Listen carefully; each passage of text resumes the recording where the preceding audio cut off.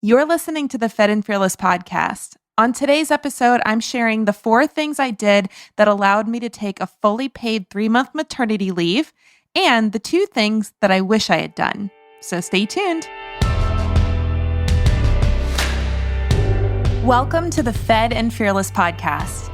I'm your host, Laura Schoenfeld, a registered dietitian, nutrition business coach, and online entrepreneur with over 10 years of experience in online business. And I'm here to show you everything I've learned about creating a life and a business that nourishes you. On this podcast, we'll talk about the lifestyle habits, practical strategies, mindset shifts, and leaps of faith required to build a healthy body, a powerful mind, a strong spirit, and a successful business. Hey there, welcome back to the Fed and Fearless podcast. I'm Laura Schoenfeld, your host as always, and today's episode is going to be all about how I prepared my business for a paid maternity leave. Now, as somebody who runs my own business, can do whatever I want, which means I could take 3 months, I could take longer, I could take shorter, and nobody was going to tell me that I couldn't do what I wanted to do. However, on the flip side, I also didn't have the security that a lot of jobs do, where they get actually paid maternity leave, where they're guaranteed that as part of their job. And as many of you know, if you live in the United States, we don't have paid maternity leave as a thing, unfortunately, compared to a lot of other countries. So getting 3 months of paid maternity leave is not something that's guaranteed, whether you're in a real job, quote unquote, real job, or if you are a business owner like me. So what I'm going to talk about today is, as a business owner, how I prepared to take a paid maternity leave, especially as somebody who is a personal brand business where I'm the face of my business, I'm the lead coach and creator for my business, and much of the business revolves around me and the work that I'm doing. So not working for 2 to 3 months was something that I've never done before in my business, and really took a good amount of planning and preparation to be able to do in order to not only pay my salary, but also to pay my husband's part-time salary, because he works in the business part-time. We've retired him from his teaching position. I think it was was it 2 years ago? I can't remember if it was last year or the year before that I think it was last year. I don't think it's been 2 years. But I think it was last fall that he didn't return to teaching. So he was not working as a teacher anymore. And that's when I got pregnant. And we spent really the full 9 months of my pregnancy preparing for that maternity leave in order for me to take time off, and also to ensure that he wasn't going to have to go back to a quote unquote job. Now, I'm not to say that he might not have a job in the future. We're not, 100% certain this is how we want to run our lives for the rest of my life. But for now, it's really nice to have him home. It's nice to be able to tag team childcare. Right now, he's with the baby while I'm doing this podcast. So we haven't had to hire anybody at this point. And again, not to say that we wouldn't hire somebody, but personally, I really like knowing that me and my husband are the ones primarily raising my child, and we'd like to keep it that way if we can, as much as possible. So being able to pay him as well as me and my team was something that was really important for me on this maternity leave, so that I wasn't either, having to not pay people, let people go, take a hit to our salary, anything like that, but also that I was able to take the time that I needed to recover from birth, recover from the process of not only pregnancy, but recovering from the birth experience, and also learning how to be a new mom, since this is my first child. And if any of you are moms out there, you know that there's a huge steep learning curve to becoming a mom that I wanted to give myself plenty of space for. And that's why I wanted to make sure I had 3 total months. And that 3 months did partially cover the last couple of weeks of my pregnancy. I basically planned to be fully off from week 38 onwards. Now, of course, there was always the possibility that I could have given birth before week 38, but I didn't want to go into the end of my pregnancy with the assumption that we were going to be super early. So I was basically basing my expectations off of a healthy full-term pregnancy, which I believe is 38 weeks, possibly 39. But I wanted to make sure that everything was set up so that I could really just release the work thing for the last couple weeks of my pregnancy to prepare for giving birth, and then to be fully present for the transition into motherhood and learning how to take care of my baby. So I'm going to share 4 things that I did that allowed me to take this fully paid 3-month maternity leave. And then I'm going to also share 2 things that I wish I had done differently that I'm not going to say I regret because I didn't know what I didn't know. But if we do have another child in the future, this is something I'm going to do this differently. Just knowing what I know now, being 4 months postpartum and being back at work pretty much about full time as far as what I want to be working. And now that I've been through this process, I know that next time I'll do things a little bit differently. So let's start with the 4 things that I did that allowed me to take that fully paid 3-month maternity leave in the first place. The first step, and this is something that I really feel that everyone preparing for a maternity leave needs to do, and that was that I determined how much money I needed to pay myself and cover my expenses for at least 3 months. And the way that I did that was I looked at what were the expenses that I have in my business that are consistent across every month. And that does tend to fluctuate a little bit, but there are some things that are pretty stable, or there's like a stable range that they fall into. So as an example, I pay myself a salary. So I'm actually a W-2 employee of my own business because we have our business set up as an S Corp, I should say. And so I know every month what my salary is and what I'm paying myself. So I don't pay myself based on how much money the business makes. I pay myself a salary, and our revenue might fluctuate a lot, but my salary stays the same. I mean, we'll change it sometimes just for the tax purposes to make sure that I'm paying myself appropriately and that we have the nice balance of salary versus that owner's draw type of like profit type of salary. But generally across the course of a year, it doesn't change unless my financial advisor suggests that we change it. So I haven't changed it in a while. It's very predictable what I need to have coming in to pay myself, as well as my husband. My husband is also listed as a W-2 employee. So I guess technically he's on our staff as being full-time, but the amount I pay him is basically what I would pay a part-time person. And he only works part-time hours, even though he's on as a full-time staff member. And when you have an S Corp, you can do that with a spouse and not necessarily have to change anything about your business structure. We're hoping to hire some full-time or move people up to full-time next year, possibly. But, we obviously have to make sure we have the finances for that, and also the need for somebody to work at that level in the business. So we're looking at doing that next year. But right now, myself and technically my husband are the 2 people that are being paid on a salary full-time. Now, I also have 2 other part-time team members that they get paid based on how much they're working. And so that is a little bit variable, but it's been fairly consistent. So I could get the number based on kind of on the high end of what their time tends to be, just to be safe, and make an estimate of what I was going to be paying them while I was on maternity leave. Now, I also have a podcast editing team. I have a bookkeeping team. I have a financial advisor that kind of functions as a semi-CFO in the business. And I have a lot of different memberships, tech, that kind of stuff that I use to run my business that I have to pay for either on a monthly basis or an annual basis. And so I can look at my books, especially because I have an amazing bookkeeping team. Shout out to Evolved Finance. They're my bookkeeping team. I'm able to look at records of our expenses over the course of the year that, they're not always the same. Definitely there's going to be times that I have more expensive months and less expensive months, especially depending on how much we're paying in advertising, like Facebook ads, that kind of thing. But generally, it's pretty consistent. So I was able to look at what kind of expenses I had for a typical 3-month span to determine how much money I needed to have to pay those expenses. So the cool thing about that is then I was able to look at not only the money that I already had coming in, but also how much more I would need to generate in the business in order to cover those expenses. And that's exactly what I did. I figured out how much more would I have to sell in order to ensure that the business wasn't losing money while I was out. So this is really where knowing your numbers can be so helpful, especially if you're preparing for a maternity leave and you want to pay yourself during that time.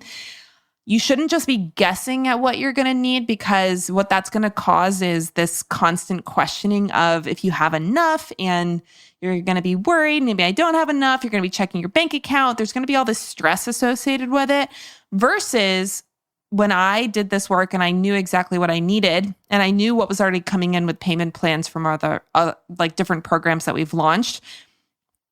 I knew exactly how much I needed to bring in order to cover those expenses. And as soon as we did that in Q2, basically the end of Q2 was really when we finalized how much money we were bringing in.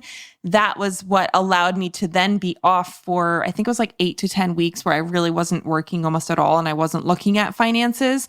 Because I already knew, hey, we did the sale, unless something crazy happened where all of a sudden, something like failed, or we had a bunch of failed payments or something, there was no reason to think that the money we had coming in wouldn't cover those expenses. So that allowed me to totally disconnect from the business and really feel very confident that our needs were being met while I was on maternity leave, and that I wasn't having to check my bank account all the time and worry about money and be using that as a reason to come back earlier than I wanted to come back from maternity leave. So that allowed me to really focus on the baby and my recovery and, bonding with her and learning how to take care of a baby, because I really had very little experience doing that, and not be worried about if the business was running out of money. So I definitely encourage you to pay attention, know your numbers, make sure you're tracking these for a while before your maternity leave, because stuff fluctuates and you're not necessarily going to know what the next 3 months are going to be like just based on the previous 3 months. So if you have, we have years of data that I can look at to see what our typical expenses are. And so I can really look through, if stuff is pretty similar from this month compared to, let's say it was 6 months ago, I can be confident that I'm making enough money to cover those expenses. So that was really the first step for me, because again, if you're going to pay yourself when you're not working, the money has to be either in the business already, or you have to know that it's coming in from payment plans or memberships or whatever kind of offer you have that's bringing in money on a monthly basis. Knowing that is coming in so that you can pay yourself is something that you have to do before you have your baby. And so making sure I had those numbers clear in my mind was the first step that I took. So once I knew how much money I needed in the business to pay myself and to cover all of my expenses, including my team, then I planned our promotional calendar, and I used that to set financial goals, very specific financial goals, to ensure that we sold what we needed to before I went on leave. So in Q2, we gave our business, our company, the goal of bringing in at least $100,000 of new anticipated revenue before July 1st. So I literally wrote we have a to manifest list. We don't do to-do lists. We do to manifest lists in our business. And on the to manifest list from Q2, it literally says, it is now July 1st, 2022, and we've added $100,000 or more of anticipated revenue to the business this quarter. I'm literally reading it off our giant Post-it note on the wall. So we did this to cover that number that I said we needed to have in the business in order to continue paying everybody throughout the maternity leave. And again, because we had that specific number, I was able to then identify the different offers that I was going to promote in order to hit that goal. So we had a few low ticket offers, we had some high ticket offers, and I also did a pretty intensive affiliate launch for my coach, James Wedmore's Business by Design program. And the cool thing was that my integrator, who I'll talk about in a few minutes, actually did most of the work to run that affiliate promotion. So that was really cool because I could put my energy into the other things that we were selling that quarter. And I pretty much gave her this affiliate promo for her to run. And she did the whole thing practically. I mean, yes, I was involved, but she really took charge of it. And between our low ticket offers, our big high ticket program that we sold, and that affiliate promotion, I think we did like 108 in sales. So just over that $100,000 goal that we had in that quarter. Now, that doesn't mean all that was cash, because we did have payment plans with our affiliate promotion. Some of those were payment plans. So we get paid out on a monthly basis. We don't get a lump payment from that if somebody bought Business by Design with a payment plan. But we basically achieved over $100,000 of anticipated revenue for the business over the course of the next quarter to, maybe the next up to 12 months. So that was something that made it a lot easier for me to know what to focus on leading into the maternity leave. I had that specific dollar amount that I was shooting for, and I was able to figure out exactly the number of sales I wanted from each promotion in order to hit that goal. So I could literally say, I want this dollar amount of sales or this number of sales from our BBD launch, affiliate launch. I think I said like our goal was 17, and I'm pretty sure we had, I think we had at least 20 people join through us. So we actually surpassed our goal for that affiliate promotion. And then I also had a goal for enrolling new clients into our mid-tier coaching program. So after people go through our Nutrition Business Accelerator, we have the option of upgrading into our next level program, where we teach launching and team building and the things that can help scale your business. So I had a goal of a certain number of clients that we'd like to enroll into that. And we actually hit that goal. I'm pretty sure exactly. I think the goal was 7 new clients. And I think we did actually enroll 7, which was kind of cool. And so between the next level enrollments and the Business by Design affiliate program, that totaled, I think it was, maybe a little over 100K. And then we did sell, I think it was at least 14 of our Practice Better Made Simple courses. So if you guys haven't heard of that one, that's a program that my integrator actually designed. Well, we brainstormed it together, and then she created all the videos for it. And so that program is one where we take people through the process of setting up their Practice Better account so that it can run their business really smoothly using automations and just things that can save people a ton of time with not only one-on-one, but also group programs if you're using Practice Better for that. So we did sell a number of those. Our goal was to sell 30, so we didn't quite hit that goal, but because we had done more in the BBD launch than we were necessarily aiming for, that was kind of the offset there. So we had those numbers in mind that we wanted to sell. And even though it didn't work out 100% exactly like our goals had been designed, we still were able to do above 100K because we set that target and we had those things that we were focusing on. So that allowed our team in general to really go all in on certain promotions and not get distracted by a bunch of other things that we could have possibly been working on. And that whole situation, when we were seeing that we were getting the sales that we needed and wanted to hit that goal, that gave me so much more confidence leading into my birth, knowing that our company's finances were covered for at least 8 to 10 weeks postpartum without making any additional sales. So I knew that if we sold nothing while I was on postpartum during my maternity leave, that our business would be fine. So that was really great. That gave me a lot of peace of mind with, getting ready to be a mom, especially because there was a lot of nerves and anxiousness about, having a baby, giving birth, all the stuff associated with that. The huge lifestyle change that was coming.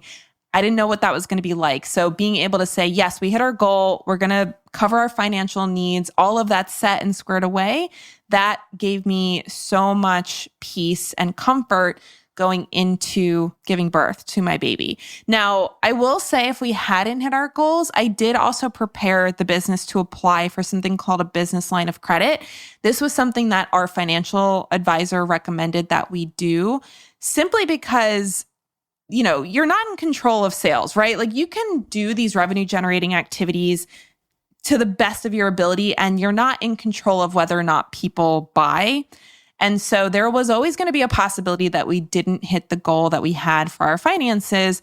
And that could have been super stressful going into my maternity leave, thinking that we didn't have enough money to prevent the business from losing money. So our financial advisor suggested that we apply for a business line of credit to just make sure that we had that money available if anything happened. Even in the case of making the money that we wanted to make, we didn't know that the birth was going to go smoothly. We didn't know that Vera wasn't going to have like medical challenges that we had to be available for. So, there was a lot of unknowns going into having the baby, and we wanted to make sure that we had the opportunity to access funds if necessary to help cover expenses until I could focus on revenue generating activities again. We didn't end up needing it. So, and that's not to say we wouldn't use it at some point. We might use it in the future, just depending on what we're trying to accomplish in the business. But we didn't need it for the postpartum period. So I do think it was wise to have that as an option. Because again, we're just trying to be prepared here. You can't know what's going to happen. So much stuff can happen during birth or during the postpartum period that you don't expect.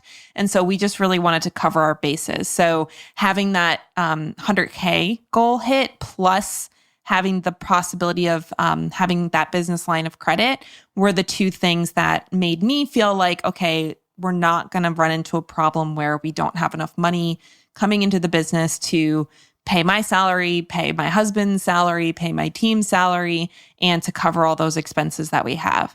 So for you, you might not have the kind of expenses I have. Maybe you don't even have a team member that you have to pay, but maybe you want to keep paying your salary, and maybe you want to make sure that you're paying for your tools and software that you use. So you're going to have your own number that you're going to shoot for to prepare for your maternity leave. And once you have that number, then you can decide what you're going to offer that's going to help get to that goal. Now, as a side note, one of the things I did with my coaching program that I was selling is this particular program normally would be a 12-month commitment, and we're coaching people for 12 months, myself and my team. But because I wasn't going to be doing any coaching calls for 2 months, I ended up bonusing that group an extra 2 months on top of what they were paying for. So they paid for 12 months and they were getting 14 months of support. And that's something that you could totally do if you have a group program. You'd obviously have to do things a little bit differently if you're working with one-on-one clients. But if you have a group program that you want to make sure they're continuing to get support while you're on leave, then having team members that can help with coaching. We also recorded a bunch of guest expert interviews and released those during the maternity leave so people could still be learning while I was gone. And so, having that option of bonusing them the extra time to cover the couple of months that I wasn't going to be available was something that helped us sell that program because, selling it right before maternity leave and then being there for like a month and then being away for 2 months could have been a deterrent for people to join. But they knew that if they joined before the maternity leave, we were going to give them those 2 months for free anyway. So I think for a lot of people that joined, it was like, hey, I'm going to still get help and I'm not going to have to pay for it for those 2 months. And then when Laura's back from maternity leave, we can jump right back into the kind of coaching that I'm providing. So that's what we did to make sure that our clients felt supported even while I was gone. That did require having team members, and we'll get into the team conversation. But that was something that I felt way more confident selling that offer leading into my maternity leave because I knew they were getting a really great deal by getting that extra 2 months free while I was gone. So the third thing I did to prepare for a paid maternity leave was to give my team members much more responsibility and give them a specific project to work on while I was gone. This was not something that happened overnight. We actually practiced having my integrator, Jen Zucconi, in charge for months before my due date. So I don't remember exactly when this started, but it was at least like 3, 4, or 5 months before Vera's due date that I really started passing the baton over to Jen and letting Jen be the one that was running things. And not to say that Jen's making the executive decisions or, creating the content or anything like that as far as like, the actual program content that really is what I need to be doing. But she was doing more of the day-to-day operation support and making sure that she knew how the business was running. She knew all the ins and outs, and that she could theoretically be running things if I wasn't there. And really, in the final month before Vera was born, I basically told Jen to just pretend like I was in a coma and that I wasn't going to be able to answer any questions, so that she could have an opportunity to run things without me, but still have me available in case she really needed me.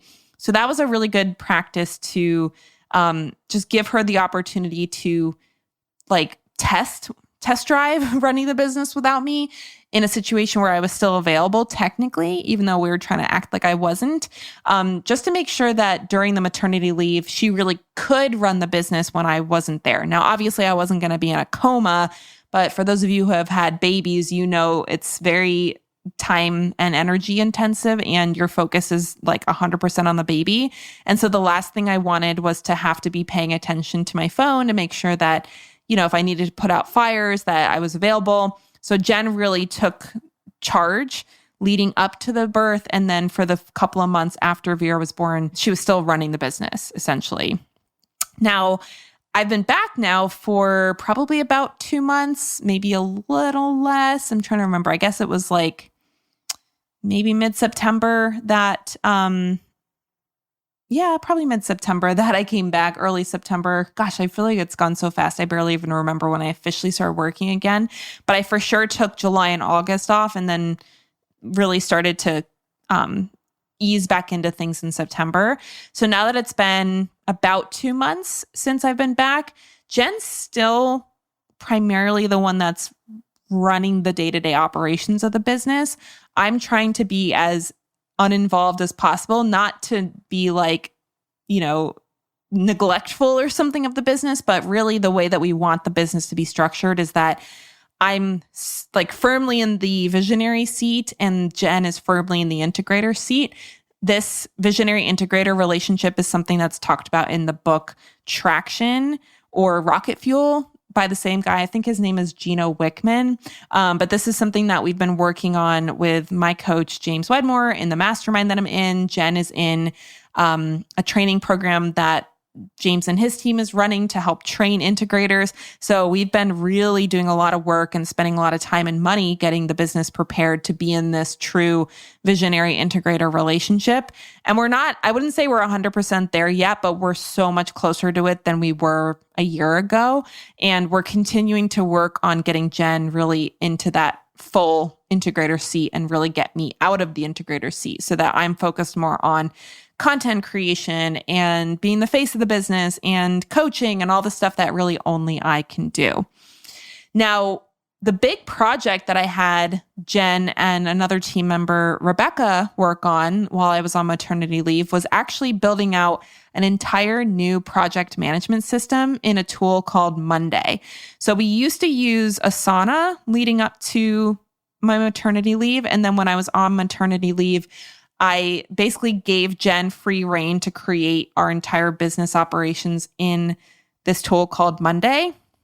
She had been learning a lot about Monday in the training program that she's in with James's. It's called the Indispensable Leadership Academy. So basically, it's integrator training program, and so in that program, she's learning tools like Monday to organize the business. And so I wanted to give her the opportunity to set all that up for the business. And I also knew that that wasn't something that I, as the visionary, needed to be involved in. I wanted Jen to own that project, and she did work with Becca in order to create that whole system. But that was one of the most awesome things to come back to after being off for 8 to 10 weeks, to then just be like plugged into this system that Jen had created on her own without almost any input from me. And so that was really, really cool to have that experience of coming back to that whole project being completed when I was away. Now, obviously, that's not going to be something that all of you are going to do. Maybe you already have a project management system. Maybe you don't have an integrator. There's a lot of different reasons why that might not be a project that you would focus on. But that is something to think about is, do you have a team even just one team member that can take over for you while you're gone and make sure that the business is still operating. Maybe that's making sure clients are getting responded to, emails are getting answered. Maybe you give them a project like creating a project management board or something that would be really helpful for your business while you're gone. And that way the business is still growing and operating even if you're not doing any work.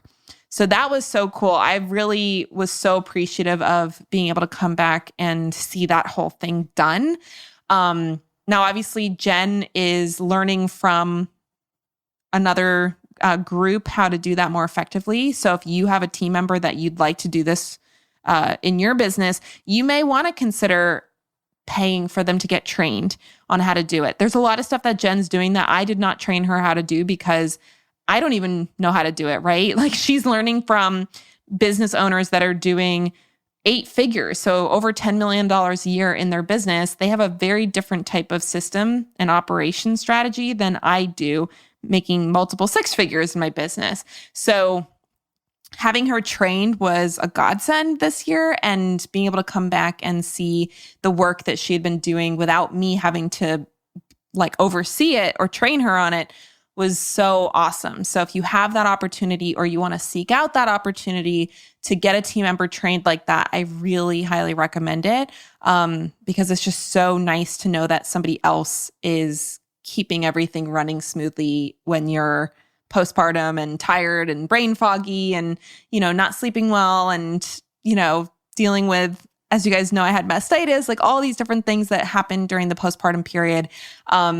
Being able to know that the business was in good hands was definitely one of the most valuable things that I could imagine. So just being able to give your team more responsibility leading up to the birth and doing that well in advance so they get a lot of practice and giving them the opportunity to experiment at least for a month without you being involved, that's something that I really feel was one of the best decisions that we made leading up to having Vera.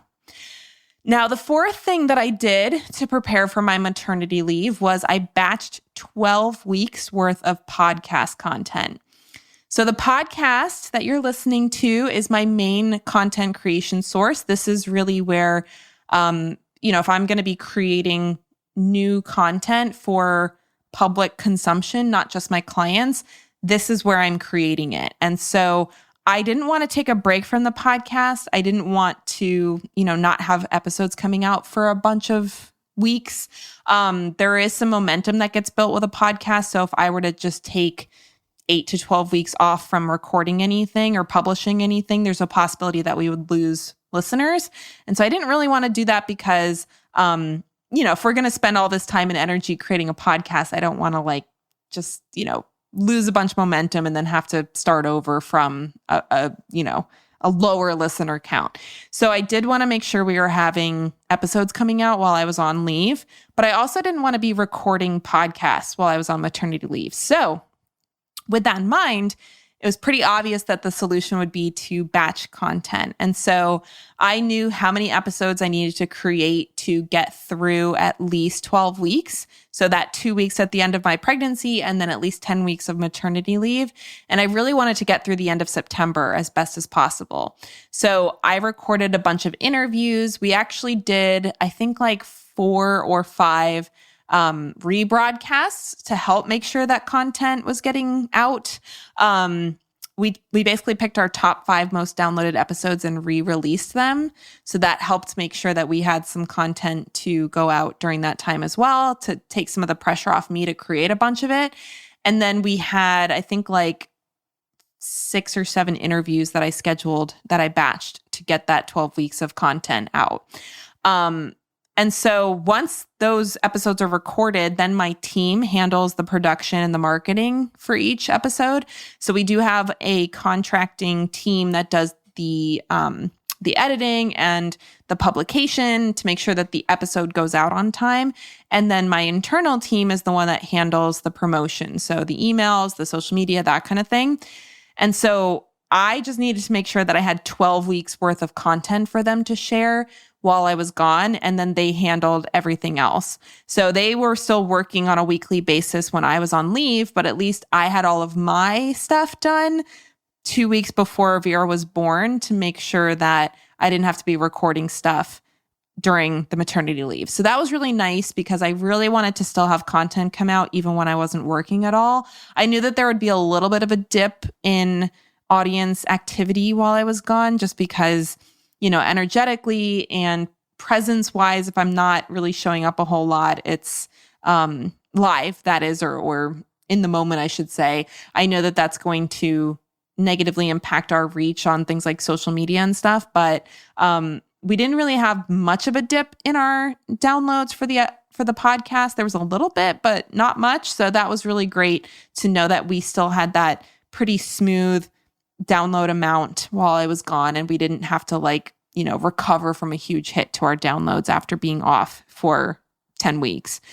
So if you're somebody who is doing really more of that content marketing, which is what I teach my clients to do, it's what I've been doing for 11 years now, I think. That is something where if you're going to be off for a couple of months for maternity leave, you can batch create, whether it's a podcast or a social media or a blog or your emails, all that stuff can be created ahead of time. Yes, it takes extra work, but it can be done. And then you can really just let it be released as you're gone over the 12 weeks. So it doesn't matter if it's a podcast or something else. I happen to just like podcasts because I find it easier to talk than to really do anything else as far as content is concerned. But it is something you have to plan out and make sure you know when things need to be created by so that they can be taken over from your team. So those were the 4 things that I did that I feel really helped prepare me for a paid maternity leave. As a recap, they were that I determined how much money I needed to pay myself and to cover my team expenses for at least 3 months. Once I knew how much money I needed, then I planned our promotional calendar and set financial goals to ensure that we sold the amount of things that we needed to before I went on leave to cover those expenses.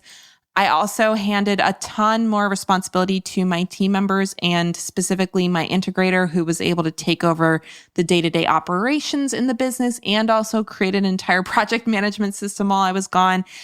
And I also batched 12 weeks worth of original content for my podcast, which is one of my key content creation sources. So, obviously your mileage will vary depending on the kind of business that you're running, if you have team, what kind of content you're doing. But I would say these are pretty good guidelines to follow if you are preparing for your own maternity leave or a sabbatical of some sort. Anything that you're going to be off for more than a couple weeks from your business, these are the kind of things you'd want to be thinking about. Now, I did say that I had 2 things that I was going to do differently in the future.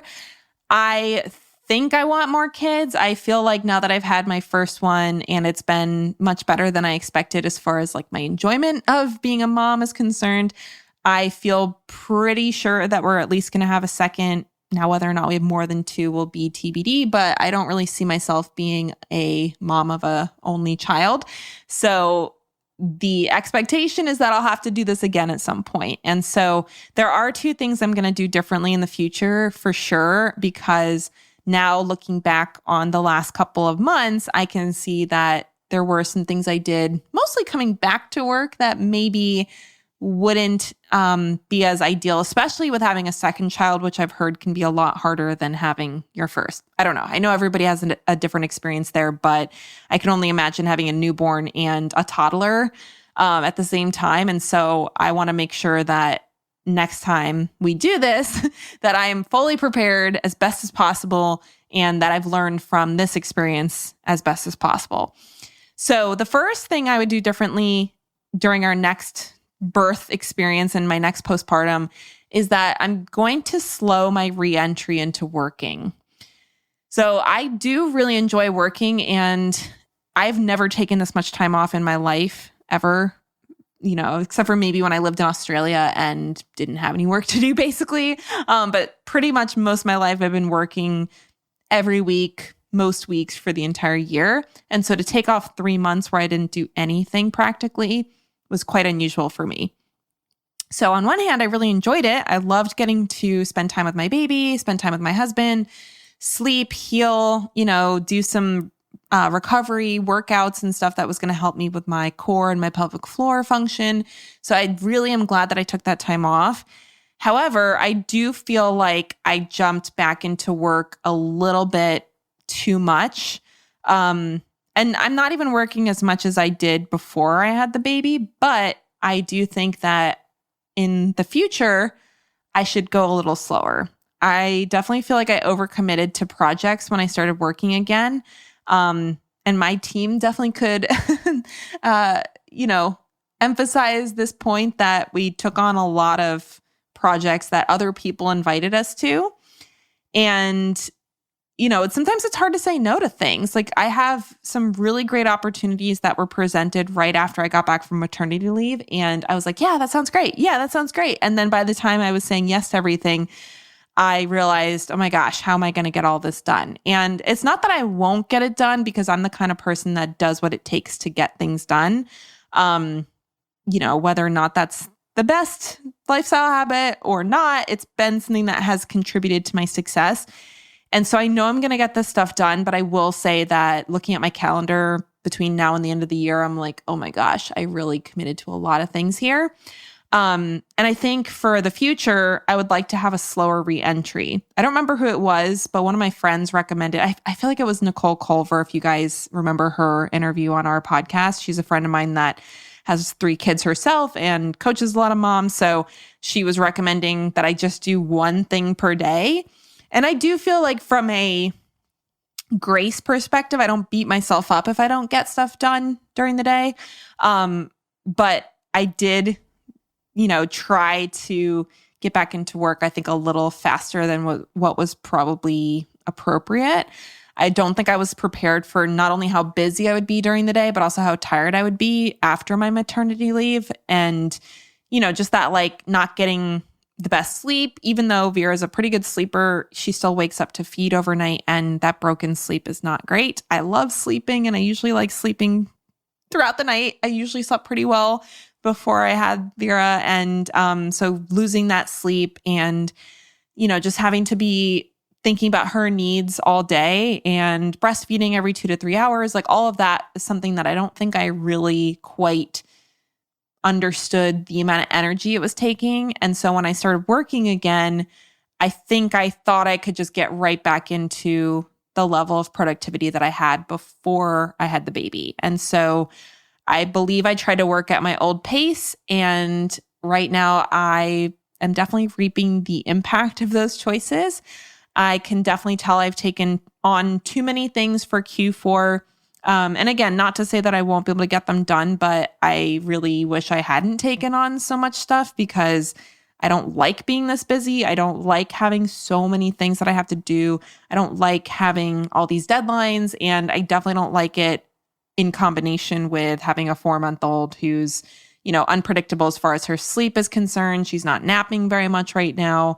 And, I'm just tired. It's tiring to feed a baby from your body and to not sleep well and to, just not have the same kind of lifestyle you used to have taking care of yourself. So, I definitely think that's a lesson that I'll take into a future pregnancy and birth and postpartum is just to slow down, even when I'm getting back into work.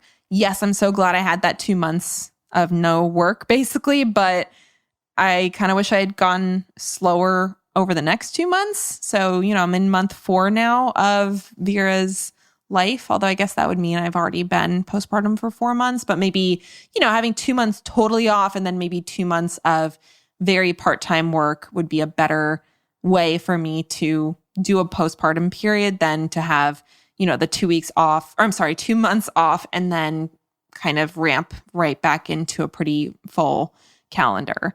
And truly, I'm not doing as much as I did before I had the baby. So that's the hard part is like, I look at my calendar and I say, I'm not doing as much. So how am I feeling like I overcommitted? But again, I just don't think I quite appreciated how much energy having a baby and taking care of a baby and feeding a baby, breastfeeding and all of that. I don't think I really grasped how much energy that's taking. So then when I go to do these other projects in my business, I just have less mental and energetic resources to pull from. So all of that said, again, I will get through it. I always do. So I'm not worried about it. I just, like I said, wish I had given myself a little bit more buffer. And I know that when we have a second child, I'm going to need that buffer because it won't just be, oh, sleep when the baby sleeps, or, hubby's got the baby so I can take a nap or I can sleep in a little bit. Like, I don't think I'll have quite that amount of space for myself if we have a second child. So I want to make sure that I'm really taking it slow and not overcommitting to things, and really erring on the side of undercommitting to things and maybe feeling like, oh, I could take more on. I would rather feel like that than feel like I do right now, which is a little bit of this like, oh, I really took on more than I should have. And, it just doesn't feel good. And that's not how I want to run my business. So that's kind of a vulnerable share as far as what's going on right now in the business. And like I said, they're all good opportunities. It's not like I just said yes to a bunch of like dumb stuff that was like not going to help grow the business. The opportunities that we've had have been actually really great partnerships, really great opportunity to get my business out in front of new people, new audience. And so I don't feel like it was a bad idea to say yes to them. I just, in hindsight, feel like maybe there was some things I committed to that I shouldn't have committed to, or maybe should have pushed off a little bit. And again, you live and learn. And I know that in the future, I need to protect my energy more. I know that that means I just won't be able to do as much as I used to do in my business, which is okay. I'm not shaming myself about it. I'm just being realistic and learning from mistakes. And I really am still figuring out what it looks like to work an appropriate amount. And sometimes you overshoot stuff. Sometimes you overcommit. And the most important thing is that you realize when you're doing it and you don't just keep doing it, because if you're like me and you have a tendency to do that, then it's really important to be very self-aware and to pump the brakes and say, okay, I definitely need to not take on more things.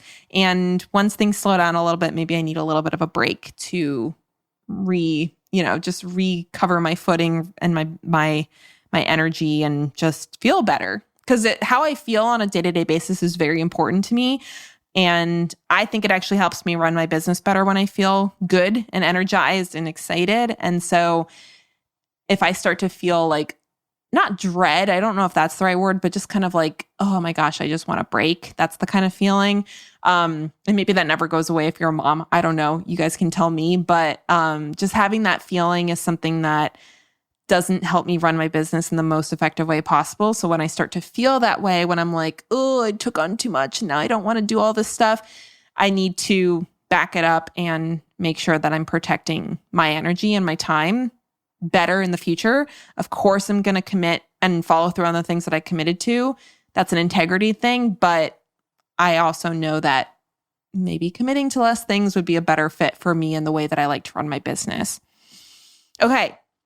So the other thing I learned, and we'll do differently next time, is I want to create something in my business, specifically a higher ticket program that can be sold without my involvement. So right now we have a couple of low ticket items. I consider low ticket in the business coaching space to be under $500. Up to $1,000 is kind of where you're getting into more of that higher ticket. I don't really consider $1,000 to be high ticket, but I don't consider it to be low ticket either. So most of our stuff that's being sold on a regular basis without me being involved is somewhere around like the $300 to $500 range ish, which is great. It's awesome to have those things. But if we have another baby, I want to have some kind of program that can be sold regularly. So on something called Evergreen. And I want it to be able to be sold without my involvement. And I know exactly how I can do this as far as the actual sales process is concerned. It just takes time and energy to build out. And so I haven't done that yet. That's on our radar as a team to work towards having that set up in our business, but we just don't at this point.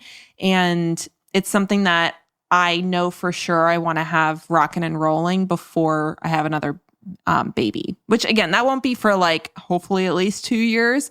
I don't even plan to start trying for a second until Vera's 2 years old. So of course accidents happen, but we're pretty careful. So, my expectation is that I have a while before that's going to be an issue for me. But I really, in my business, want to have something that we can offer to people year round that is higher ticket and that does not require me to be the one selling it directly. I can definitely see in my business right now that I'm still way more involved in the selling and the delivery of my programs, my high ticket programs, the ones that are actively being coached and supported, and they're not just like a DIY program. And I don't want that to be the situation if we have another baby. I don't think it'll work for me to be so involved if we have another baby. So if I do get pregnant again, I 100% am going to make sure that I have some kind of sales system for at least one of my higher ticket programs that can run without me and also doesn't require launching. That is something I plan to create ASAP. I'm sure it'll be something that I create before we start trying for another baby, but that is something that I know for sure I want to have before our next baby. And I do wish that I had had that foresight before Vera was born to have that set up before. It is something where I think I tend to get a little easily distracted and try to create too many things and then spend all this energy creating as opposed to really focusing in on one thing and refining it and really nailing it. That's been a constant practice and discipline for me to get better at.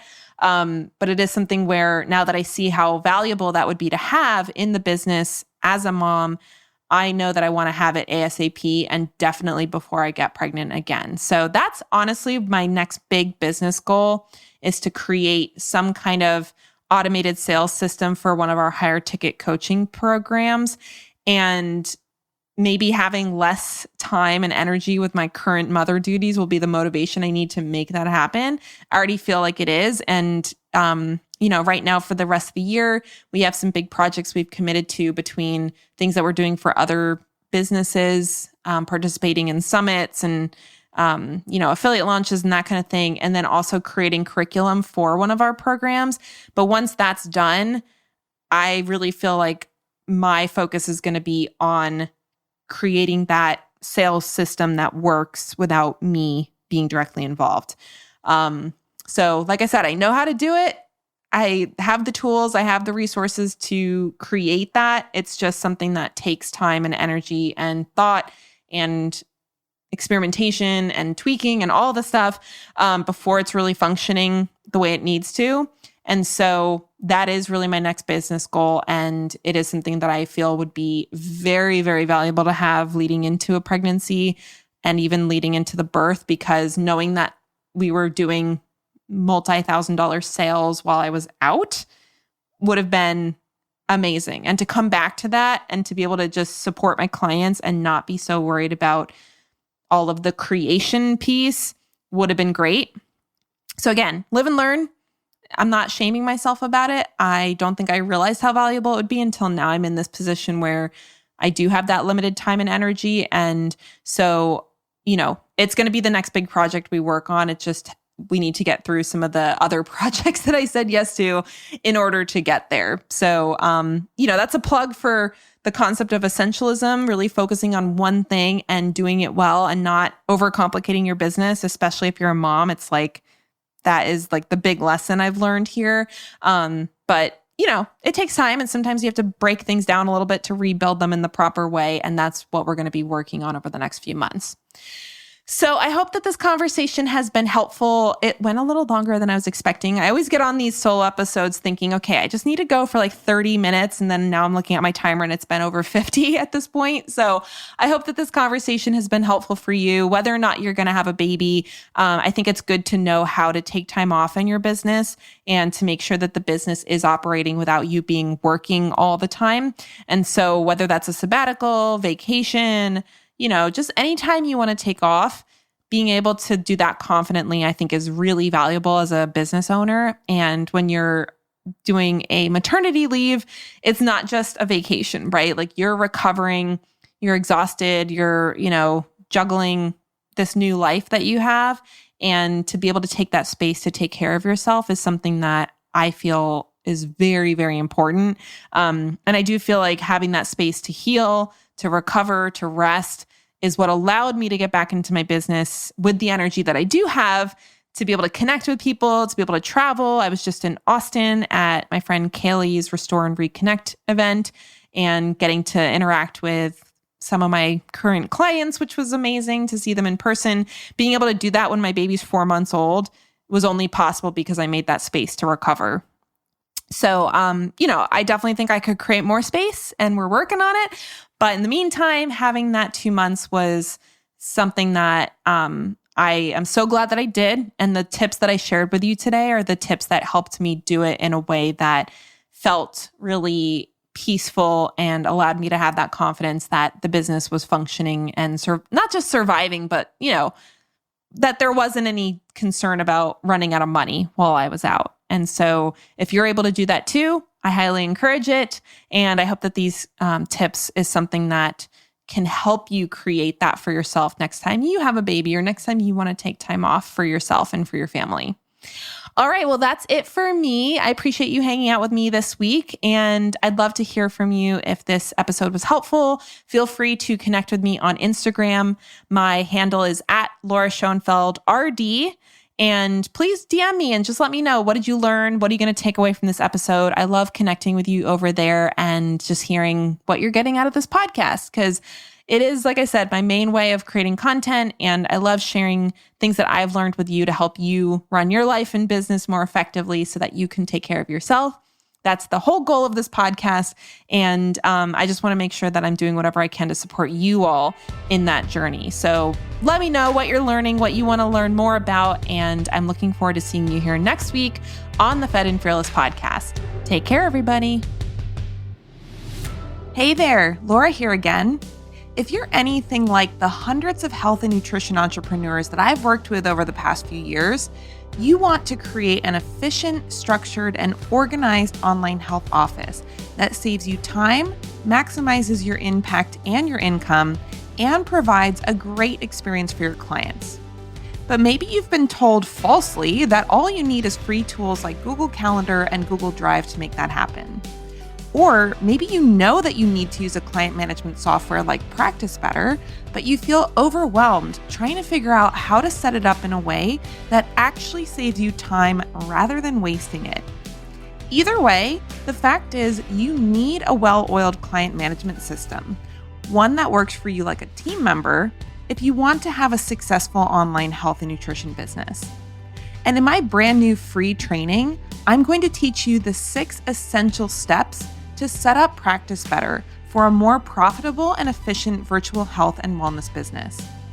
I'll give you the step-by-step system for setting up your client management software that will get you out of the day-to-day admin work and back into the role of the high-level health and nutrition professional where you belong. I'll also show you how my client Jackie used these exact principles to help her make over $200,000 in revenue in her first full year of business, while also preparing to become a first-time mom. And by the end of this 60-minute training, you'll finally know the best way to create an efficient, structured, and organized online health office that saves you time, maximizes your impact and income, and provides an amazing front-end experience for your clients and customers. To get access to this exclusive brand new training, go to practicebettertraining.com and select the training day and time you'd like to attend.